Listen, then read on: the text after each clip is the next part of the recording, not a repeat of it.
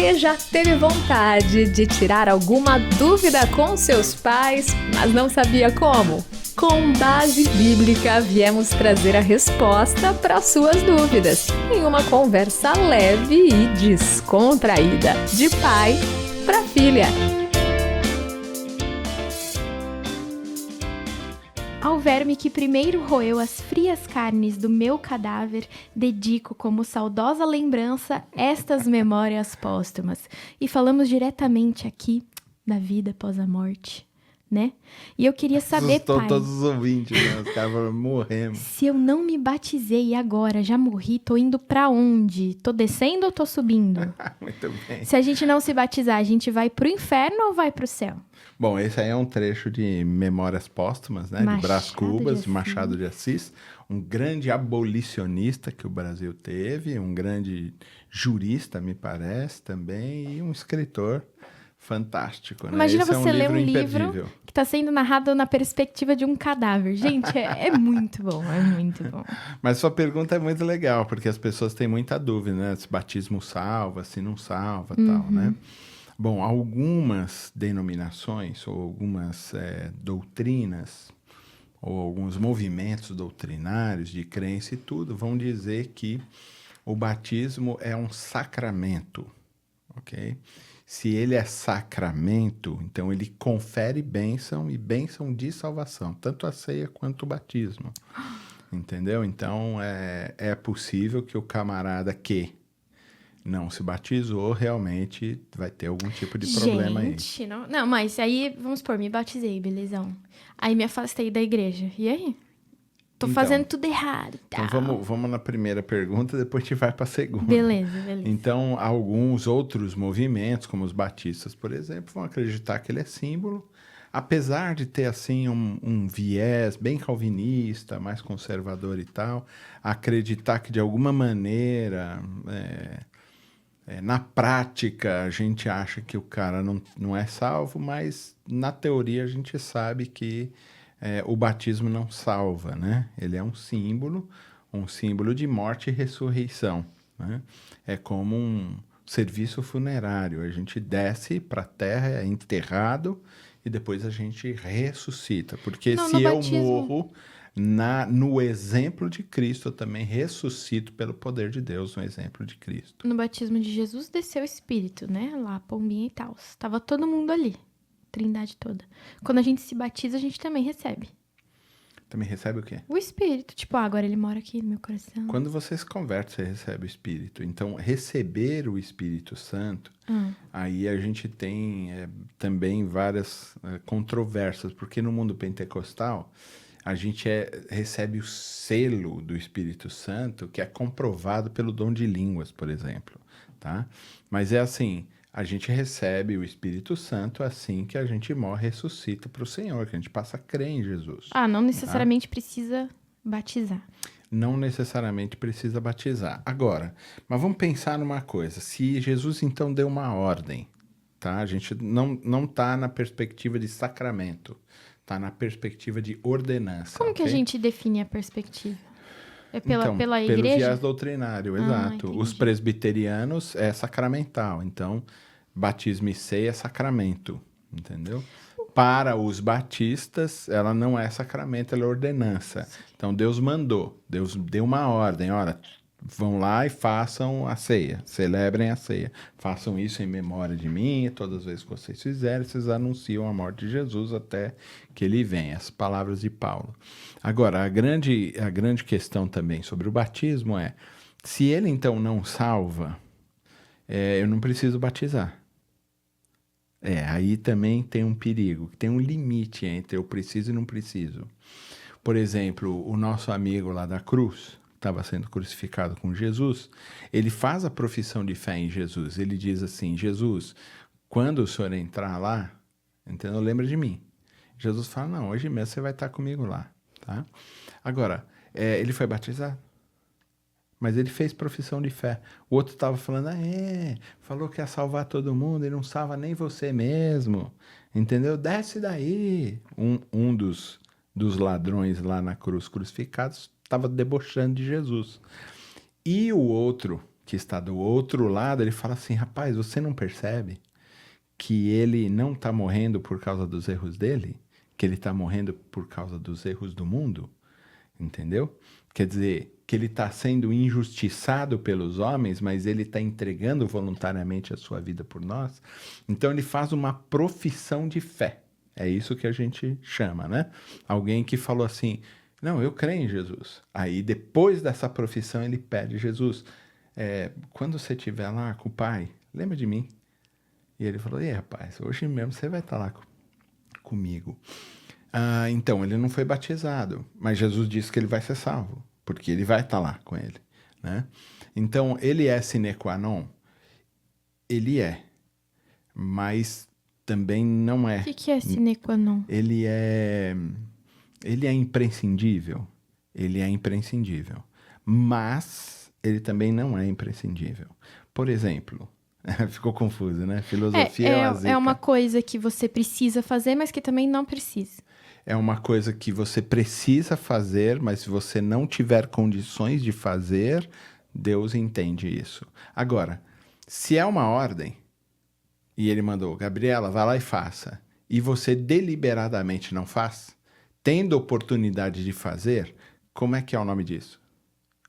Desobediente? Rebelde? Os rebeldes são como os feiticeiros, e os feiticeiros não herdam o reino dos céus. Então, vamos lá.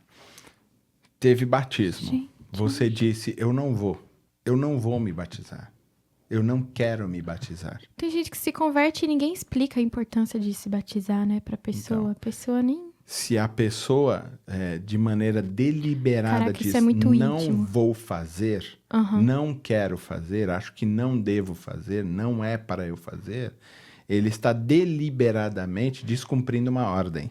Então ele é rebelde, ele é um desobediente. Os desobedientes, os rebeldes, os feiticeiros, entendeu? Os que se deitam com o mesmo sexo, esses não têm chance de... A Bíblia é muito clara com relação a isso. Então, ela é imprescindível? É, porque ele diz, se for batizado, será salvo você e sua casa. Beleza, então eu vou ser batizado. Então eu vou me batizar, porque Jesus mandou eu me batizar. Ponto. Entendeu? Agora, se eu deliberadamente descumprir uma ordem dele, eu não sou da parte dele. Eu não sou dele. Eu não ando com ele. Caramba. Isso é complexo, porque, tipo assim, é uma ordem fazer um rito, certo? Porque isso é um rito. Tudo bem, se você entender como Se rito. o que depende sou eu aceitar, ordem. qual a importância de fazer o rito? Você está entendendo como rito litúrgico da igreja, né? Certo. Tá, mas ele não é um rito litúrgico da igreja. A gente não pode transformar isso em ritos litúrgicos. Nem a ceia. Nem a Você ceia. entendeu? Não, ela tem que ser um ato orgânico de comunhão entre os irmãos. Tudo bem, a gente faz isso como rito litúrgico na igreja uma vez por mês. Mas ele deveria ser quão bom e agradável é que os irmãos vivam em união. Como eu fiquei feliz quando me disseram, vamos à casa do Senhor. Você entendeu? Devia ser uma coisa orgânica. A obediência era gostar de viver junto com os irmãos.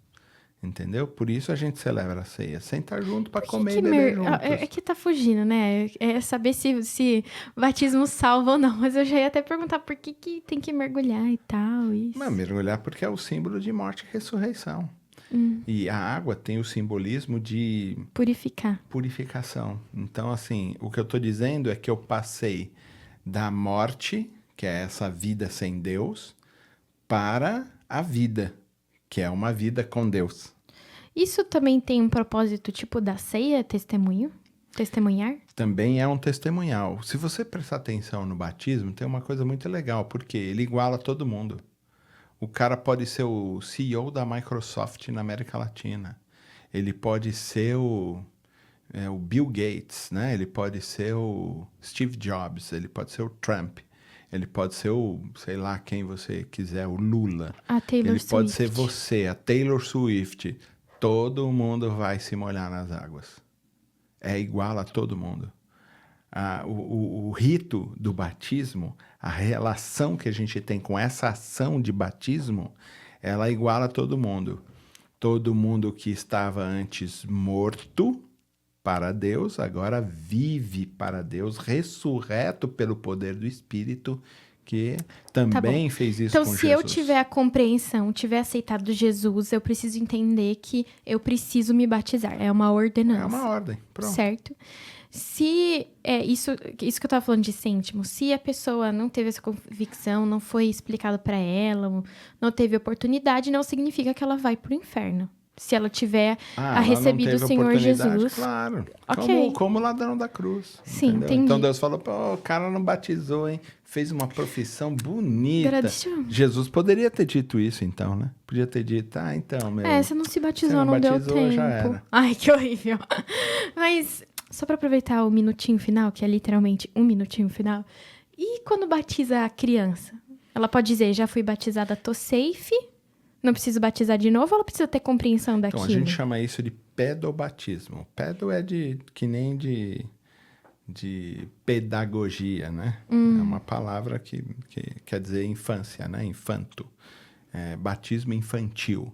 Isso se pratica tanto na igreja católica quanto na igreja presbiteriana, por exemplo. Mamãe é presbiteriana, ela foi batizada quando criança. Só que você tem o batismo ali como uma fonte de espiritualidade, de sacramento, tá? Confere bênção de salvação, é isso que se acredita nisso. Mas você, depois, no tempo da maturidade, você faz a sua profissão de fé. No catolicismo faz como é que chama? Primeira comunhão. Catequese? A catequese, a primeira comunhão, essas coisas todas, tá? Porque Batiza você fez também. o batismo infantil. Batismo infantil. Batiza também a criança. Depois faz a profissão de fé. Porque não é no presbiteriano? Presbiteriano e católico. Saquei. Entendeu? Mas depois vem a parte da maturidade, onde ela tem consciência, entendeu? E ela faz a sua profissão de fé. Ela vai dizer publicamente, eu acredito em Jesus. E aí você fez E dois aí, batismos, é assim que funciona? Não tem batismo depois. O batismo já foi. Aqui é só profissão de fé pública.